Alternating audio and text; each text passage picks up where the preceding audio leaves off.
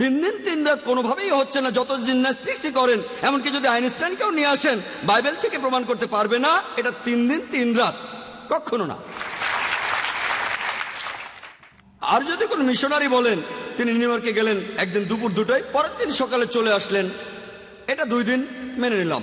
কিন্তু যদি বলেন আমি নিউ ইয়র্কে 2 দিন আর 2 রাত ছিলাম, আমি বলবো তিনি মিথ্যাবাদী, বড়সড় মিথ্যাবাদী। এটা বলতে পারেন 2 দিন, আমিও মানলাম যে একটা দিনের অংশই, পুরো দিন তর্কের খাতিরে মানলাম, কিন্তু 2 দিন আর 2 রাত বলতে পারবেন না। যদি বলেন মিথ্যে বলছেন। প্যাস্টর বললেন, শেষ পয়েন্টে তিনি বললেন যীশু খ্রিস্টকে কেউ নাকি জীবিত অবস্থায় দেখেনি। এটা আগেই প্রমাণ করেছি, আমি 14টা পয়েন্টের কথা বলেছি, তিনি কয়েকটার উত্তর দিয়েছেন, সেই যুক্তিগুলো আবার খণ্ডন করেছি। যুক্তি বলে যীশু খ্রিস্ট তখন ছিলেন জীবিত, তার মানে সেন্ট পলের কথা অনুযায়ী, যীশু খ্রিস্টের নিজের কথা অনুযায়ী, অক্সফোর্ড ডিকশনারি অনুযায়ী, ওয়েবস্টার ডিকশনারি অনুযায়ী তিনি ক্রুসিফাইড হননি এবং পুনরুত্থিত হননি। আর যদি ক্রুসিফাইড না হন, ক্রুসিফিকশন নেই, খ্রিস্টান ধর্মও নেই। আর প্যাস্টর তার লেকচারে বললেন, এই কথাটা তিনি বেশ ভালোভাবে ব্যাখ্যা করেছেন, সেটা হলো মানুষের আদি পাপ, যে মানুষ জাতির প্রত্যেকেই চার্চ এমন শিক্ষা দেয় যে সব মানুষই পাপের মধ্যে জন্মায়, প্রত্যেকটা শিশু এই পাপ নিয়ে জন্মায়। উনি যে আদি পাপের কথা বললেন আর যেটা বলেছেন, ঠিকই বলেছেন, ঠিকই বলেছেন, তবে তার সিদ্ধান্ত সেটা যৌক্তিক না। তিনি বললেন যে আদম আর হাওয়া আলাইহিসসালাম আল্লাহকে অমান্য করেছিলেন আর তারা একটা নিষিদ্ধ গাছ থেকে ফল খেয়েছিলেন, সেজন্য আল্লাহ তাআলা তাদের শাস্তি দিলেন। আর তিনি বললেন বেহেশত থেকে বের হয়ে যাও, এটা যথেষ্ট না। এছাড়াও বলা আছে, উনি রেফারেন্সটা বলেননি, যে জেনেসিস 3:16 অনুচ্ছেদ বলছে যে পুরুষরা তোমরা কষ্ট করে উপার্জন করবে আর নারী তোমরা তোমাদের স্বামীর অধীনে থাকবে আর প্রসব যন্ত্রণা পাবে, গর্ভধারণ অভিশাপ, বাইবেল তেমনই বলছে।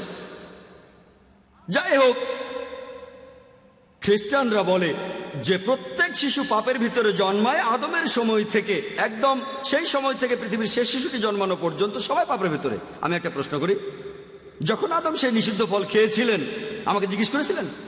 খাওয়ার আগে জিজ্ঞেস করেছিলেন? না। হয়তো প্যাস্টরকে জিজ্ঞেস করেছিলেন, আমাকে করেননি। যদি আমাকে জিজ্ঞেস না করে থাকেন তাহলে আমি কেন তাই থাকবো? কেন? অযৌক্তিক। ঈশ্বরকে অযৌক্তিক না। খ্রিস্টানরা পাপের প্রায়শ্চিত্তের কথা বলে যে ঈশ্বর তার একমাত্র প্রিয় পুত্রকে পাঠিয়েছিলেন প্রায়শ্চিত্ত করতে, যাতে সে নিজের জীবনে উৎসর্গ করতে পারে। আসুন দেখি পবিত্র বাইবেলের ব্যাপারে কি বলে। তারা পাপের প্রায়শ্চিত্ত সম্পর্কে বলেন যে যীশু খ্রিস্ট জীবন দিয়েছেন মানুষ জাতির পাপের জন্য। এই কথাটা প্যাস্টর বলেছেন আর খ্রিস্টান মিশনারিরাও বলে। বাইবেল বলছে যে পাপ করবে সে মারা যাবে।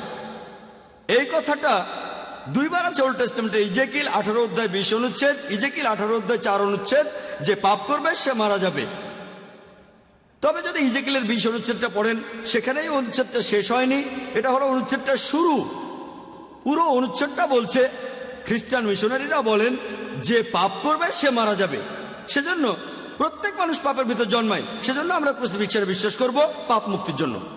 পুরো অনুচ্ছেদটা বলছে, ইজেকিল 18:20 অনুচ্ছেদ, যে পাপ করবে সে মারা যাবে, তবে পুত্র পিতার পাপের বোঝা বইবে না আর পিতা পুত্রের পাপের বোঝা বইবে না। ভালো লোকের ভালো কাজ তার সাথেই থাকবে, খারাপ লোকের খারাপ কাজও তার সাথে থাকবে। এর পরের অনুচ্ছেদটা বলছে, ইজেকিল 18:21 অনুচ্ছেদ, এখানে বলা হয়েছে কিন্তু যদি সেই ব্যক্তি পাপ থেকে সরে আসে আর তারপর থেকে সব ভালো কাজ করে, সে বেঁচে থাকবে, সে মারা যাবে না। এটা কে বলেছে? বাইবেল, ওল্ড টেস্টামেন্ট, ইজেকিল 18:20-21 অনুচ্ছেদ, সে মারা যাবে না। যদি ভালো কাজ করেন আপনি মারা যাবেন না। যীশু খ্রিস্ট নিজেই বলেছেন পাপ থেকে মুক্তি চাইলে ঈশ্বরের আদেশ মেনে চলো। আর সেন্ট পল বলেছেন যে যীশু যদি মৃত থেকে উত্থিত না হন, আমাদের শিক্ষা মূল্যহীন, তোমাদের বিশ্বাস মূল্যহীন। আমি প্রমাণ করেছি যে যীশু খ্রিস্ট আসলে কখনোই ক্রুসিফাইড হননি। এখানে আপনারা হয়তো বলবেন যে খ্রিস্টানরা সবাইকে এটা বিশ্বাস করে। এটা ভুল ধারণা যে সব খ্রিস্টান একরকম ভাবে যে যীশু খ্রিস্ট আসলেই ক্রুসিফাইড হয়েছিলেন। এটা ভুল ধারণা, কারণ বাইবেলের উপর অনেক বিশেষজ্ঞ আছেন যারা বলেন যে যীশু খ্রিস্ট আসলে ক্রুশবিদ্ধ হয়ে মারা যাননি। ক্রুশবিদ্ধ হয়েছিলেন, তবে নামানোর সময় জীবিত ছিলেন। খ্রিস্টান ধর্মের প্রথম দিকে কম করে হলো 7টা গোত্র ছিল যারা বিশ্বাস করত যে যীশু খ্রিস্টের বদলে অন্য কাউকে ক্রুশে ঝুলানো হয়েছিল, এটাকে তারা বলে সাবস্টিটিউশন থিওরি। সে সময় ব্যাসিলিয়ানরাও এটা বিশ্বাস করত, কার্পোক্রেটরাও, সবাই খ্রিস্টান এটাই বিশ্বাস করত। নাজারাইটরাও বিশ্বাস করত, করিন্থিয়ানরাও বিশ্বাস করত, খ্রিস্টানদের অনেক গোত্রই বিশ্বাস করত যে সেখানে যীশু খ্রিস্টের বদলে অন্য কাউকে ক্রুশে ঝুলানো হয়েছিল। গসপেল অফ বার্নাবাসে আছে, প্যাস্টর সম্ভবত এটা মানবেন না, বার্নাবাস যীশু খ্রিস্টের সময়কালীন একজন চাক্ষুষ সাক্ষী। তিনি বলেছেন যে তখন যীশু খ্রিস্টের বদলে আসলে জুডাসকে ক্রুশে ঝুলানো হয়েছিল। যদি আপনারা নাজা হামাদির পুঁথি পড়েন, এখানেও বলা হয়েছে যে যীশু খ্রিস্ট ক্রুসিফাইড হননি, এরাও খ্রিস্টান। আমি এই কথাগুলো আগে বলিনি, কারণ প্যাস্টর বলবেন আমি গসপেল অফ বার্নাবাসে বিশ্বাস করি না, আমি নাজা হামাদির পুঁথিগুলো বিশ্বাস করি না। তাহলে তিনি কি বিশ্বাস করেন? বিশ্বাস করেন এই বাইবেল। আমি বাইবেল থেকেই প্রমাণ করেছি যে যীশু খ্রিস্ট আসলে কখনোই ক্রুশবিদ্ধ হয়ে মারা যাননি। আর আপনি বললেন যে যীশু খ্রিস্ট নাকি আমাদের পাপের জন্য মারা গেছেন, স্বেচ্ছায় মারা গেছেন। যদি গসপেল অফ ম্যাথিউ পড়েন 27 নম্বর অধ্যায়ের 46 অনুচ্ছেদ বলছে, এছাড়াও গসপেল অফ মার্ক 15 অধ্যায়ের 34 অনুচ্ছেদ বলছে, যখন যীশুকে ক্রুশে ঝুলানো হলো তিনি কাঁদছিলেন, এল্লাই এল্লাই লামা সাবাক্তানি, এল্লাই এল্লাই লামা সাবাক্তানি, যার অর্থ হে ঈশ্বর কেন তুমি আমাকে ত্যাগ করলে। চিন্তা করেন, যীশু খ্রিস্ট স্বেচ্ছায় ক্রুশবিদ্ধ হলেন, তারপর সেখান থেকে কাঁদছিলেন, ঈশ্বর কেন আমাকে তুমি ত্যাগ করলে। প্রমাণ হয় যে তিনি স্বেচ্ছায় ক্রুশবিদ্ধ হননি। তাহলে কাঁদবেন কেন? আপনি যে বাইবেলই দেখেন, হোক ইংলিশ বাইবেল অথবা হিব্রু বাইবেল, অথবা হোক সেটা মারাঠি বাইবেল অথবা উর্দু বাইবেল, হিব্রু উদ্ধৃতিটা সব বাইবেলে আছে এল্লাই এল্লাই লামা সাবাক্তানি।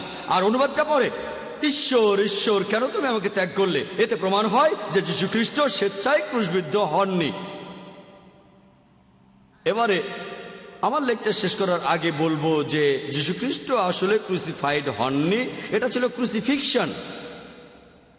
আমি আমার লেকচার শুরু করার সময় পবিত্র কোরআনের একটি আয়াতের উদ্ধৃতি দিয়েছিলাম। সূরা ইসরার 81 নম্বর আয়াতে উল্লেখ করা হয়েছে, ওয়াকুল জাল হক ওয়া যাকাল বাতিল ইন্নাল বাতিলা কানা যাহুকা। যখন সত্য এসে মিথ্যের সামনে দাঁড়ায়, মিথ্যে বিলুপ্ত হয়, কারণ মিথ্যে তার প্রকৃতিগত কারণে বিলুপ্ত হবে। ওয়া আখিরু দাওয়ানা আলহামদুলিল্লাহি রাব্বিল আলামিন।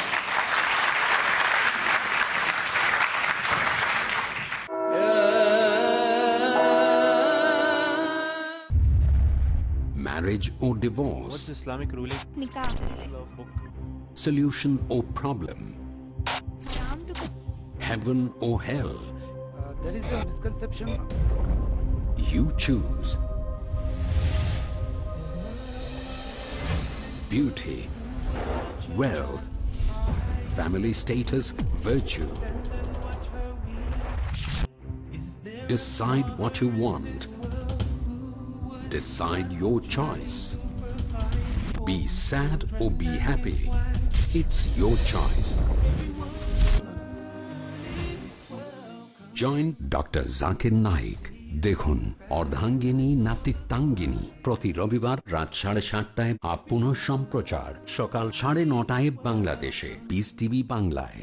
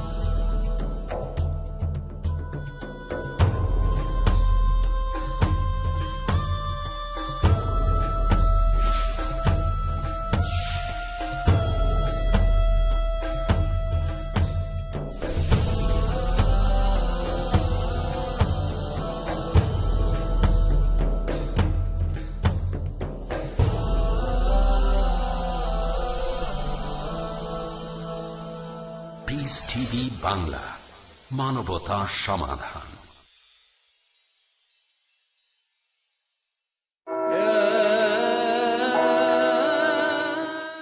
এখন শুরু করছি আমাদের এই অনুষ্ঠানের তৃতীয় পর্ব, অর্থাৎ উন্মুক্ত প্রশ্ন এবং উত্তর পর্ব। আমাদের হাতে এখন সময় আছে আনুমানিক 50 মিনিট। প্রশ্নোত্তর পর্বের জন্য এই সময়টা পাচ্ছি। এখানকার নিয়মগুলো হলো, আপনাদের প্রশ্নগুলো আজকের টপিকের উপরে হবে। ওয়াজ ক্রাইস্ট রিয়েলি ক্রুসিফাইড? টপিকের বাইরে কোনো প্রশ্নের উত্তর দেওয়া হবে না। দয়া করে আপনাদের প্রশ্নগুলো সংক্ষিপ্ত আর যথাযথ করবেন। প্রশ্ন করতে এসে আপনারা লেকচার শুরু করবেন না।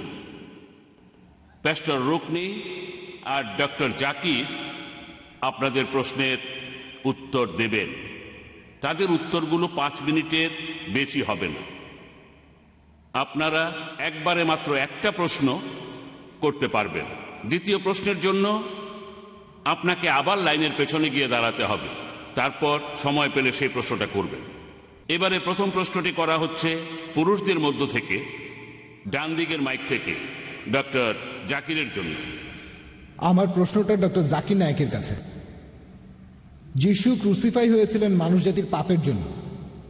কেউ কি অন্যের পাপের ভার নিতে পারে? ভাই, আপনি প্রশ্ন করলেন যে একজন মানুষ কি অন্যের পাপের জন্য ক্রুসিফাই হতে পারে? এই প্রশ্নটা বেশ যৌক্তিক। এর উত্তরে কিছুটা অংশ আমার লেকচারে বলেছি, আর বাইবেল থেকেও প্রমাণ করেছি যে বাইবেলের কথা অনুযায়ী বুক অফ ইজেকিল 18 অধ্যায়ের 20 ও 21 অনুচ্ছেদ বলছে যে যে পাপ করবে সে মারা যাবে, কিন্তু যদি সে পাপ থেকে সরে আসে এবং ভালো কাজ করে সে মারা যাবে না। আর পুত্র পিতার পাপের বোঝা বইবে না, পিতাও পুত্রের পাপের বোঝা বইবে না। আমার বাবার অপরাধে আমি অপরাধী হব না, আর আমার অপরাধে আমার বাবা অপরাধী হবে না। পবিত্র কোরআনে একই ধরনের কথা রয়েছে, বিভিন্ন জায়গায় আছে। পবিত্র কোরআনে সূরা নামের 164 নম্বর আয়াতে উল্লেখ করা হয়েছে, সূরা ইসরার 15 নম্বর আয়াতে উল্লেখ করা হয়েছে। এছাড়াও কোরআনে সূরা ফাতিরের 17 নম্বর আয়াতে উল্লেখ করা হয়েছে, সূরা জুমারের 7 নম্বর আয়াতে উল্লেখ করা হয়েছে। এমন অনেক জায়গায় বলা হয়েছে যে তোমাদের মধ্যে একজন কখনো অন্য আরেকজনের ভার বহন করবে না। একই কথা ইজেকিল 18 অধ্যায়ের 20 অনুচ্ছেদ। তার মানে পাপ উত্তরাধিকার সূত্রে আসে না। প্যাস্টর তার লেকচারে একটা উদাহরণ দিলেন, নবী ইব্রাহিমের সেই গল্পটা, যে আল্লাহ তার ছেলেকে কোরবানি দিতে বললেন, আর প্যাস্টরের সাথে আমিও একমত, আল্লাহ তাকে পরীক্ষা করছিলেন। আর একেবারে শেষ মুহূর্তে আল্লাহ কোরবানি দিলেন একটা ভেড়া। তার মানে আল্লাহ তাআলা ন্যায়বান, তিনি তার নবীকে পরীক্ষা করেছেন। আর এই পরীক্ষায় তিনি ইব্রাহিমের কোনো ক্ষতি করতে চাননি। তিনি এটা চাননি যে ইব্রাহিমের ছেলে মারা যাক এই পরীক্ষায়। আর চিন্তা করেন, এখানে দেখবেন আল্লাহর নবী যীশু খ্রিস্ট মারা গেলেন পৃথিবীর অন্য সব মানুষের পাপের জন্য। এটা ইজেকিলের এই অনুচ্ছেদের কথার বিরুদ্ধে কথা বলছে। বংশ পরম্পরায় পাপ আসে না। যদি আদম আলাইহিস সালাম পাপ করেন, তাহলে তিনি যে পাপ করেছেন সেটার কারণে আমি কখনো দায়ী হব না। এবার আপনাদের একটা উদাহরণ দেই। মনে করেন একজন ধনী লোক, তার অনেক ভৃত্য আছে, তিনি তাদের বলেন তোমরা ভুল করো না, তারপরও তারা ভুল কাজ করে। তখন লোকটা বলল, দেখো আমার ছেলে, তাকে আমি ভালোবাসি। তারপর ছেলেটাকে মেরে ফেললো। তারপর লোকটা বলল, তোমরা সব ভৃত্যরা তোমরা চুরি করতে, তোমরা মানুষ ঠকাতে। এখন এটা মানো যে আমার ছেলেকে মারলাম তোমাদের চুরির জন্য, আর তোমাদের আমি মাফ করে দিলাম, তোমরা পাপ মুক্ত। এটা কি যৌক্তিক? ভৃত্যরা চুরি করলো, মানুষ ঠকালো, তারা তাদের প্রভুর ক্ষতি করলো। প্রভু বলল, চিন্তা নেই, এই যে আমার ছেলেকে মেরে ফেললাম, এখন বদলানোর প্রয়োজন নেই, শুধু এটা বিশ্বাস করো, মানো আমার ছেলেকে মারলাম তোমাদের পাপের জন্য, আর আমি তোমাদের সবাইকে মাফ করে দিলাম। এটা কি যৌক্তিক? অযৌক্তিক। আল্লাহ তাআলা নিজের ছেলেকে মারলেন। আমরা মানিও না তিনি আল্লাহর ছেলে, আমরা মানি না যিশু আল্লাহর ছেলে। ভালো মানুষ হিসেবে, আল্লাহর একজন রাসূল হিসেবে তাকে মানি, তিনি আল্লাহর রাসূল। এভাবে বললে ঈশ্বরের পুত্র, কিন্তু তিনি আসলে ঈশ্বরের পুত্র নন। আশা করি উত্তরটা পেয়েছেন। হ্যাঁ ভাই, বলেন। শ্রদ্ধেয় প্যাস্টর হেনরি, পবিত্র বাইবেলে গসপেল অফ মার্ক 16 অধ্যায়ের 17-18 অনুচ্ছেদে বলা হয়েছে, বিশ্বাসীদের সাথে এই নিদর্শনগুলি থাকবে, আমার নাম নিয়ে তারা শয়তান তাড়িয়ে দেবে, তারা কথা বলবে বিভিন্ন নতুন ভাষায়, সাপে কামড়ালে তাদের কিছুই হবে না, আর যদি তারা বিষাক্ত কিছু পান করে এতে তাদের কোনো ক্ষতি হবে না। এখন এটা যদি সত্যি হয়, আপনি কি এই বিষটা খাবেন? এটা খুবই বিষাক্ত, আর আমার মনে হয় এই বিষে আপনার ক্ষতি হতে পারে, কিন্তু আপনি যেহেতু বিশ্বাসী তাই কোনো ক্ষতি হবে না। আপনি কি এই বিষটা খেয়ে এটা প্রমাণ করবেন? আর যদি কোনো ক্ষতি হয় সেজন্য আমরা কিন্তু দায়ী থাকব না। আচ্ছা, এই ব্যাপারটা নতুন না, আমরা আগেও এমনটা দেখেছি। আগেকার দিনে চীন আর রাশিয়ায় এমনটা অনেক হয়েছে, মানুষকে জোর করে বিষ খাওয়ানো হয়েছে। এখানে আপনি আসলে ঈশ্বরকে নিয়ে ঠাট্টা করছেন। এই ধরনের ক্ষেত্রে আমি আপনার সাথে ঈশ্বরকে নিয়ে এই ঠাট্টা করব না, আমি এখানে এই ঠাট্টা করব না। বিশ্বাসী হলে তো কোনো ক্ষতি হবে না। শুধু বিশ্বাসী হলে হবে না, এখানে আসলে এটার উপযুক্ত সময় আছে। আমরা এখানে ঈশ্বরকে নিয়ে ঠাট্টা করব না। তাহলে ভাই, বলছেন ভাই আপনি তো আপনার প্রশ্নটা করেছেন, বক্তাকে এখন উত্তর দিতে দিন, আচ্ছা। তাকে কথা বলতে দিন, উনি উত্তরটা আগে দিক। আপনি ওই বোতলটা ধরে ওখানে চুপচাপ দাঁড়িয়ে থাকতে পারেন। হ্যাঁ ভাই, আপনি বলেন। একটা কথা চালু ছিল যে যিশু যদি উপর থেকে পড়ে যান তার পা ভেঙে যাবে না, দেবদূতরা তাকে রক্ষা করবে। শয়তান যিশুকে লাফ দিয়ে এটা প্রমাণ করতে বলল, তিনি বললেন না, ঈশ্বরকে প্রলুব্ধ করো না। আমিও একই উত্তর দিলাম, প্রলুব্ধ করবেন না। এবারের প্রশ্ন মহিলাদের মধ্য থেকে ডক্টর জাকিরের কাছে কেউ আছেন? হ্যাঁ। আসসালামু আলাইকুম, ডক্টর জাকির নায়েক। আমার নাম আজরা। আমি আপনাকে একটা প্রশ্ন করব। আমার প্রশ্নটা ঈসা আলাইহিস সালামকে নিয়ে। তিনি ক্রুশবিদ্ধ হয়ে মারা গেছেন পুরো মানুষ জাতির পাপের জন্য। আরো বলা হয় তিনি নাকি ঈশ্বর। ইসলাম আর খ্রিস্টান ধর্ম ঈসা আলাইহিস সালাম বা যীশু খ্রিস্টকে কিভাবে দেখে? বোন, আপনি খুব সুন্দর প্রশ্ন করেছেন। তবে তার আগে প্যাস্টরকে কিছু কথা বলতে চাই। আমি তাকে অভিনন্দন জানাই। তিনি তার লেকচারে বললেন যে যীশু খ্রিস্ট অনেক অলৌকিক কাজ করেছেন, তার বিশ্বাসও বেড়েছে। তিনি যখন বোম্বেতে এসেছিলেন তখন তার স্পন্ডিলাইটিস হয়েছিল, আর ডাক্তার হিসেবে আমি জানি এটা খুবই জটিল অসুখ। তিনি বললেন যীশু খ্রিস্ট তাকে সুস্থ করেছেন, তারপরে তার বিশ্বাস বেড়েছে। তার কথা যীশু খ্রিস্ট একটা মেয়েকে জীবন দিয়েছে। এখন মনে হয় তার বিশ্বাসটা কমে গেছে, তাই তিনি বিষটা খেতে চাননি। হয়তো বিশ্বাসটা কমে গেছে, যদি বিশ্বাস থাকতো তাহলে বিষটা খেতেন। তার বিশ্বাসটা কমে গেছে, এজন্য তাকে অভিনন্দন। তিনি মূল বিশ্বাসে ফিরে যাচ্ছেন, অর্থাৎ ইসলাম। আর যীশু খ্রিস্ট নিজের মুখেই বলেছেন, গসপেল অফ ম্যাথিউ 24 অধ্যায়ের 24 অনুচ্ছেদে বলেছেন, তোমাদের মাঝে অনেক নকল খ্রিস্ট, নকল নবী আসবে, তারা অলৌকিক অনেক কিছুই দেখাবে। আর যদি সম্ভব হতো আসল নবীদেরও প্রতারিত করত। অলৌকিক কাজ মানে এমন না যে সেই লোক আল্লাহ তাআলার প্রেরিত, সেই লোক আল্লাহর নবী, সেই লোক আল্লাহকে বিশ্বাস করে। যীশু খ্রিস্ট এই কথাই বলেছেন। বোন খুব সুন্দর প্রশ্ন করেছেন যে আল্লাহ যীশু খ্রিস্টকে পাঠিয়েছেন, এ ব্যাপারে ইসলাম আর খ্রিস্টান ধর্ম কি বলে। এখানেও একটা আয়াতে যথেষ্ট। সূরা মাইদার 72 নম্বর আয়াতে উল্লেখ করা হয়েছে, বলা হয়েছে, لقد كفر الذين قالوا إن الله هو المسيح ابن مريم। তারা কুফরি করে, ধর্মের অবমাননা করে, যারা বলে যে যীশু খ্রিস্ট মারিয়ামের পুত্র হচ্ছেন আল্লাহ সুবহানাহু ওয়া তাআলা। ওয়াল কালাল মাসিহ, অথচ খ্রিস্ট বলেছেন, ইয়া বানি ইসরাইল, হে ইসরায়েলের সন্তানেরা, ওয়াল আবুদুল্লাহ, আল্লাহর ইবাদত করো, রাব্বি ওয়া রাব্বুকুম, তিনি আমাদের সবার প্রভু, ইন্নাহু মা ইউশরিক বিল্লাহ, যদি কেউ কাউকে আল্লাহর শরীক করে, ফাকাদ হারামাল্লাহু আলাইহিল জান্নাহ, আল্লাহ তার জন্য জান্নাত নিষিদ্ধ করবে, ومأواه النار ولا للظالمين أنصار। এবং তার আবাস হবে জাহান্নাম, জালিমদের জন্য পরকালে কোনো সাহায্যকারী নাই। যদি আল্লাহর সাথে কাউকে শরীক করেন, যদি বলেন যে যিশু আল্লাহ, জান্নাত আপনার জন্য নিষিদ্ধ হয়ে যাবে, পাপ মুক্ত হতে পারবেন না। আর খ্রিস্টান ধর্ম কি বলে? আমি আগেও বলেছি, গোটা বাইবেলে স্পষ্ট করে বলা আছে, এমন কোনো কথা কোথাও খুঁজে পাবেন না যেখানে যীশু খ্রিস্ট নিজের মুখে দাবি করেছেন যে আমি ঈশ্বর অথবা তোমরা আমার উপাসনা করো।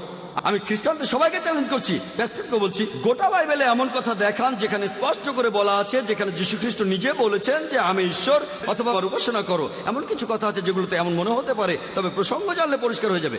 আর যীশু খ্রিস্টই বলেছেন, এটা আছে গসপেল অফ জন 14 নম্বর অধ্যায়ের 28 অনুচ্ছেদে, আমার পিতা আমার চেয়ে বড়। গসপেল অফ জন 10 নম্বর অধ্যায়ের 29 অনুচ্ছেদে আছে, আমার পিতা সবার চাইতে বড়।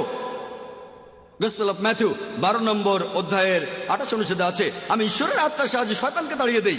গসপেল অফ লুক 11 নম্বর অধ্যায়ের 20 অনুচ্ছেদে আছে, আমি শয়তানকে তাড়িয়ে দেই ঈশ্বরের আঙুলের সাহায্যে। গসপেল অফ জন 5 নম্বর অধ্যায়ের 30 অনুচ্ছেদে আছে, আমি আমার নিজের থেকে কিছুই করতে পারি না, আমি এখান থেকে বিচার করি আর আমার বিচার সঠিক, কারণ আমি নিজের ইচ্ছা পূরণ করি না, আমার পিতার ইচ্ছা পূরণ করি। কেউ যদি বলে আমার ইচ্ছা নয়, আল্লাহর ইচ্ছা, সে একজন মুসলিম। আর যীশু খ্রিস্ট আসলে একজন মুসলিম, আমার ইচ্ছা নয়, আল্লাহর ইচ্ছা পূরণ করি। যীশু বলেছেন গসপেল অফ জন 14 অধ্যায়ের 24 অনুচ্ছেদে, যে কথাগুলো শুনছ সেগুলো আমার কথা নয়, বরং আমার পিতার যিনি আমাকে পাঠিয়েছেন। গসপেল অফ জন 17 অধ্যায় 3 অনুচ্ছেদে আছে, এই হলো চিরস্থায়ী জীবন, যাতে করে তোমরা ঈশ্বরকে বিশ্বাস করো আর যীশু খ্রিস্টকে যাকে আমি পাঠিয়েছি। বুক অফ অ্যাক্টসে আছে 2 নম্বর অধ্যায়ের 22 অনুচ্ছেদে, হে ইসরায়েলবাসী, নাজারেত শহরের যীশু যাকে মহান ঈশ্বর পাঠিয়েছেন তোমাদের মধ্য থেকে। তিনি অলৌকিক কাজ করবেন যেগুলো আসলে ঈশ্বরই করবেন, আর তোমরা সাক্ষী থাকবে। তাকে মহান ঈশ্বর পাঠাবেন তোমাদের মধ্য থেকে তিনি অলৌকিক কাজ করবেন যেগুলো আসলে ঈশ্বরই করবেন। তাহলে যীশু খ্রিস্ট নিজেকে কখনো ঈশ্বর দাবি করেননি, তিনি ছিলেন আল্লাহ সুবহানাহু ওয়া তাআলার একজন প্রেরিত রাসূল। আশা করি উত্তরটা পেয়েছেন।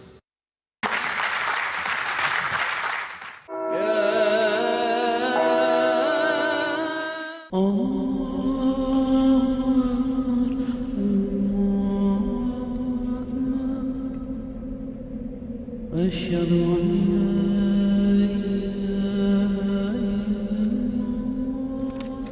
أن الذين آمنوا وعملوا الصالحات وأقاموا الصلاة وآتوا الزكاة لهم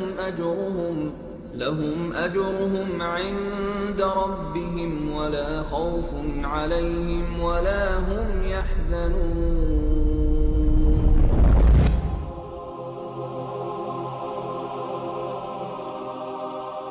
আসসালামু আলাইকুম। ওয়ালাইকুম সালাম। আসসালামু আলাইকুম। আমি আমাদের এই ধর্মের আসল সৌন্দর্য অন্যদের কাছে ছড়ানোর জন্য চেষ্টা করছি, কিন্তু দুর্ভাগ্যবশত আমি ইসলামের বাণী ছড়ানোর কোনো উপায় খুঁজে পাইনি। আমার কাছে এর সমাধান আছে। যেহেতু আমি কোনো আলিম নই, তাই আমি বেছে নিয়েছি পিস টিভিকে, একটি আন্তর্জাতিক খ্যাতি সম্পন্ন ইসলামিক টেলিভিশন চ্যানেল। একটা টেলিভিশন চ্যানেলকে কি জাকাত দেওয়া যাবে? হ্যাঁ সত্যি, যদি এটা হয় non profit Islamic television channel piece TV নয়, কেন নয়? পৃথিবীর বড় বড় আলেমগণের নিকট থেকে ফতোয়া এসেছে যা বলে যে জাকাত দেওয়া যাবে কোনো অলাভজনক ইসলামিক স্যাটেলাইট টেলিভিশন চ্যানেলকে, যার মূল লক্ষ্য হচ্ছে ইসলামের সঠিক বাণী ছড়িয়ে দেওয়া। পিস টিভির সাথে থাকুন। আপনার জাকাত ও দানের অর্থ পাঠাতে পারেন IRFI, আলট্রায়ন bank, quadrant code 48 Calthorpe road, Birmingham, UK। Pound account number 0113230301, IBAN GB52 LOYD 30963401 024192, short code 300083, সোয়েব BIC কোড IBO BGB22। টাকা পাঠিয়ে আমাদের ইমেল করুন admin@peacetv.tv। পিস টিভি, মানবতার সমাধান। ইলমি পরিবেশ, কুসংস্কার কিভাবে আমাদের আকীদার মধ্যে ঢুকেছে, এটা একটি অপসংস্কৃতি, অপবিশ্বাস। ইসলামী পথপ্রদর্শন। জ্ঞান না থাকার কারণে কুসংস্কারগুলো এইভাবে চলে আসে, এগুলো আসলে শরিয়াত সম্মত না। ফলপ্রসূ আলোচনা। দয়ার নবী তিনি বলেন, জাহেলি যুগের সর্ব ধরনের রীতিনীতি আমার দুই পায়ের নিচে। আব্দুর রাজ্জাক বিন ইউসুফ, মুখলিসুর রহমান মাদানী, মুফতি কাজী মোহাম্মদ ইব্রাহিম, আকরামুজ্জামান বিন আব্দুস সালাম, শেখ শাহিদুল্লাহ খান মাদানী, হারুন হোসেনের উপস্থাপনায়। কুসংস্কারগুলি আমাদের চিনা দরকার। এগুলোই পরিহার করতে হবে। বান্দা অর্থাৎ মুমিন বান্দা সে ভরসা করবে আল্লাহ সুবহানাহু ওয়া তাআলার উপর। এই জিনিসটাই হলো মূল। সকল শক্তির উৎস হলেন আল্লাহ সুবহানাহু ওয়া তাআলা। আপনিও হতে পারেন সেই সফল সম্মেলনের সাক্ষী। দেখে আমাদের বিরল অনুষ্ঠান জালসায়ে উলামা, প্রতি শুক্রবার রাত 9:30 বা পুনঃ সম্প্রচার সকাল 8টায় বাংলাদেশে পিস টিভি বাংলায়।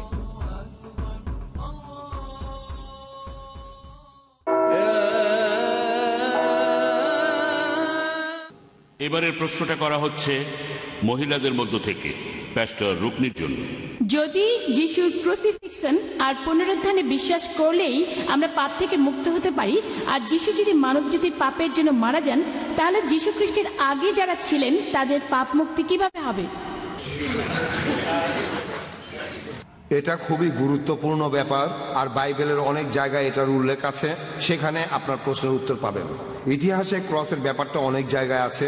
খ্রিস্টানরা যারা যীশু খ্রিস্টের পরে এসেছে তারা যিশুকে বিশ্বাস করে, আর তারা রক্ষা পাবেই, কারণ তারা যিশুকে বিশ্বাস করে। যিশুর আগের বিশ্বাসীরা, ইব্রাহিম এছাড়া আরও যেসব বিখ্যাত মানুষ ছিলেন, তারা বিশ্বাস নিয়ে ভবিষ্যতের দিকে তাকিয়েছিলেন। তারা নবী ছিলেন আর ভবিষ্যতের দিকে তাকিয়েছিলেন যিশু কবে আসবেন সেই দিকে। তারা যিশুকে বিশ্বাস করেছেন, এই জন্য তারা রক্ষা পেয়েছেন। এটা বলা আছে তারা যখন মারা যান তখনও তারা ভবিষ্যতের দিকেই তাকিয়েছিলেন। তারপর যিশু যখন মারা গেলেন তখন তিনি যে কাজটা সেখানে করলেন, তিনি সেখানে গেলেন, সেখানে সব নবীরা ছিলেন আর তাদের মুক্ত করে দিলেন।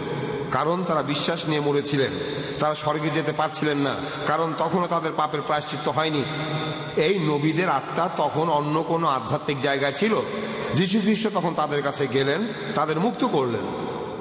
আর যীশু যখন ক্রসে মারা গেলেন, দেখা গেল পুরনো আমলের নবীদের কবরগুলো সব খালি। তাদেরকে জেরুজালেমে দেখা গেল, সবাই নিজের চোখেই দেখেছে। তাহলে আগের লোকজনেরা ভবিষ্যতের খ্রিস্টকে দেখবে, বিশ্বাস নিয়ে, তাহলে রক্ষা পাবে। যিশু তাদের পাপের জন্য প্রায়শ্চিত্ত করবেন। আর বর্তমানের লোকজনেরা, যেমন আমি আর অন্যরা, পেছনে তাকাবো আর যিশুর প্রতি বিশ্বাসী আমাদের রক্ষা করবে। ক্রসের প্রভাবটা সবসময়ই থাকবে। ক্রসটা আসলে চিরস্থায়ী, আগের মানুষের জন্যে, ভবিষ্যতের জন্যে, বর্তমানের জন্যে। ধন্যবাদ। হ্যাঁ ভাই, আমার নাম ফয়জাল ঠাকুর, আমি একজন স্টুডেন্ট। উপরের ঘরে যীশু খ্রিস্ট এসেছিলেন আত্মার রূপ নিয়ে, এতে কি প্রমাণ হয় না তিনি মারা গিয়ে পুনরুত্থিত হয়েছিলেন? ভাই, আপনি প্রশ্ন করলেন যে যীশু খ্রিস্ট নাকি তখন আত্মার রূপ নিয়ে এসেছিলেন সেই উপরের ঘরে। এটাই প্রমাণ করে যে তিনি মারা গিয়ে পুনরুত্থিত হয়েছেন। যে অনুচ্ছেদটার কথা বললেন সেটা গসপেল অফ লুক 24 নম্বর অধ্যায়ের 37 নম্বর অনুচ্ছেদ। এটার কথা আমার লেকচারও আমি বলেছি। বলা আছে যে যিশুর শিষ্যরা তখন ভয় পেয়ে গিয়েছিল। তারা ভেবেছিল যে তিনি একজন আত্মা, ভেবেছিল, তারা মনে করেছিল তিনি আত্মা। এখানে বলা হয়নি যে যীশু খ্রিস্ট আত্মা হয়ে এসেছিলেন। এটা পরিষ্কার করতে পরের অনুচ্ছেদে যিশু বলেছেন, গসপেল অফ লুক 24 নম্বর অধ্যায়ের 39 ও 40 নম্বর অনুচ্ছেদে বলেছেন, তোমরা আমার হাত পা দেখো। এটা তো আমি নিজেই, আমাকে স্পর্শ করে দেখো, কারণ আত্মার রক্ত মাংসে শরীর থাকে না। এখানে যিশুর শিষ্যরা, তারাই আসলে ভুল ভেবেছিল যে তিনি আত্মা। এই ব্যাপারটা যিশুই পরে পরিষ্কার করে দিলেন যে দেখো, আমার হাত দেখো, আমার পা দেখো, তাহলে তোমরা বুঝতে পারবে যে আমি আত্মা নই। তাহলে এমনকি এই অনুচ্ছেদটা এটাও বলছে যে তিনি মারা যাননি, তিনি তখন মানুষ ছিলেন, অর্থাৎ পুনরুত্থিতও হননি। আশা করি উত্তরটা পেয়েছেন। হ্যাঁ ভাই। গুড ইভিনিং ব্রাদার রূপনি, আমি আপনাকে একটা সহজ প্রশ্ন করব, তবে সেটা টপিকের উপরে না, কারণ আপনিও আসলে টপিকের বাইরে কথা বলেছেন। আমি যতটুকু শুনলাম, আপনি আজকে বলেছেন অনেক কথাই, বাইবেল, পলের কথাবার্তা ইত্যাদি, তবে আপনি টপিকের উপরে 5 মিনিটের বেশি বলেননি। আপনি যেসব ব্যাপারে কথা বলেছেন আমি সেগুলোর উপরে প্রশ্ন করব। আপনি বলেছেন মুসা নবী 5টি বই লিখেছেন। এই বইগুলি হলো জেনেসিস, এক্সোডাস, লেভিটিকাস, নাম্বারস এবং ডিউটেরোনমি। এই বইগুলি লিখেছেন মুসা।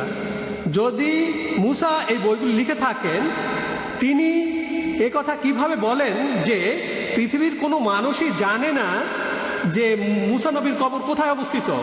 তিনি 120 বছর বেঁচে ছিলেন, এটা কিভাবে সম্ভব?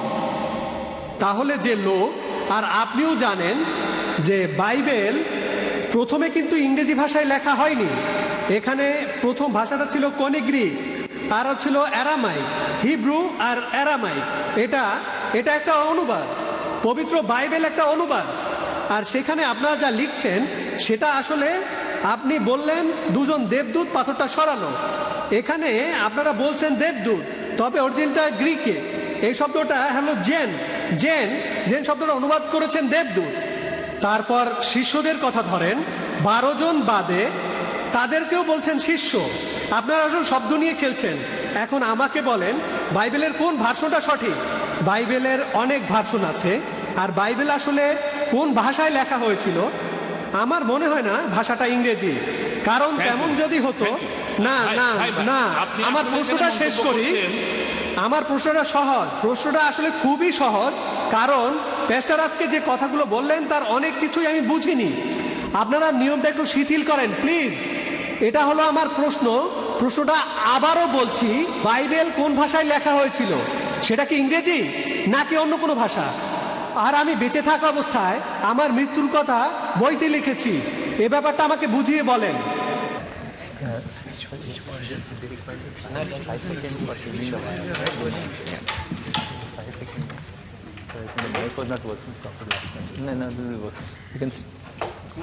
হ্যালো, আপনার মাইকটা ধার করলাম। হ্যালো, হ্যাঁ। ভাই ভাই আপনি খুব জটিল একটা প্রশ্ন করেছেন। আর একদিন আমরা চায়ের দোকানে চা খেতে